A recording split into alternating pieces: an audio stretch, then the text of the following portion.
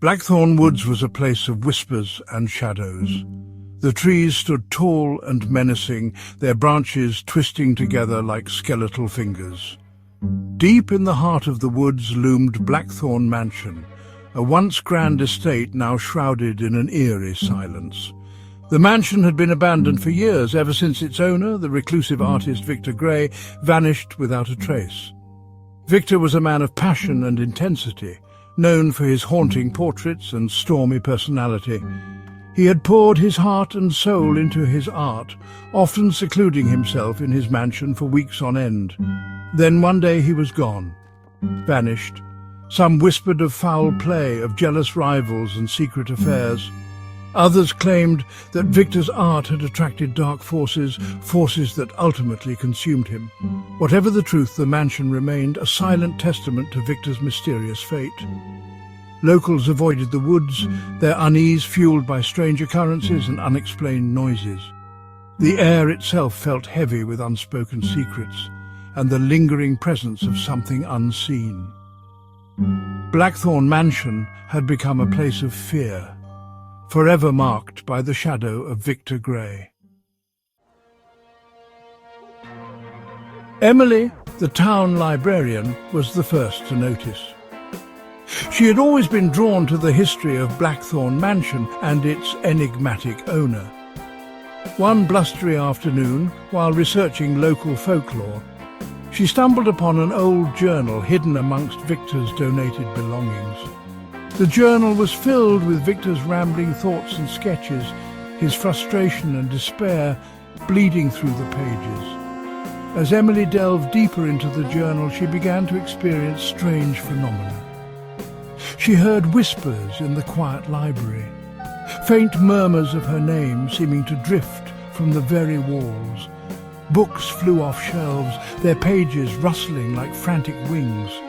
Objects moved inexplicably as if guided by an unseen hand. Fear gnawed at the edges of Emily's mind, but her curiosity was a powerful force. She felt an unsettling connection to Victor's story, a sense that his spirit was trying to communicate with her. Little did Emily know, she had become a pawn in a vengeful ghosts game, a harbinger of the terror that was to come. James, the town's shrewd and ambitious banker, was a man who prided himself on his logic and reason. He scoffed at tales of ghosts and hauntings, dismissing them as superstitious nonsense. James had been one of Victor's closest confidants, or so he thought. In truth, Victor had confided in James about his financial troubles that James had secretly exploited for his own gain. One chilly evening, as James made his way home from the bank, he felt a cold dread seep into his bones.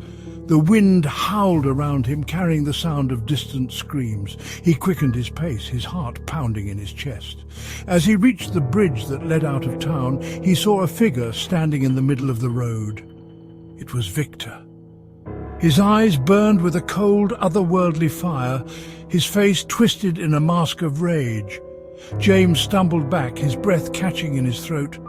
He tried to speak, to apologize, but no words came out. Victor's ghostly hand shot out, the spectral fingers wrapping around James's throat. James gasped for air, his eyes wide with terror. Then everything went black. Margaret, a woman of captivating beauty and icy ambition, had once been Victor's lover. She had been drawn to his intensity and the tortured genius that emanated from his art. However, her love for Victor was eclipsed by her desire for wealth and security. She had secretly conspired with James, convincing him to exploit Victor's financial vulnerability. Margaret lived in a constant state of anxiety, haunted by her betrayal of Victor.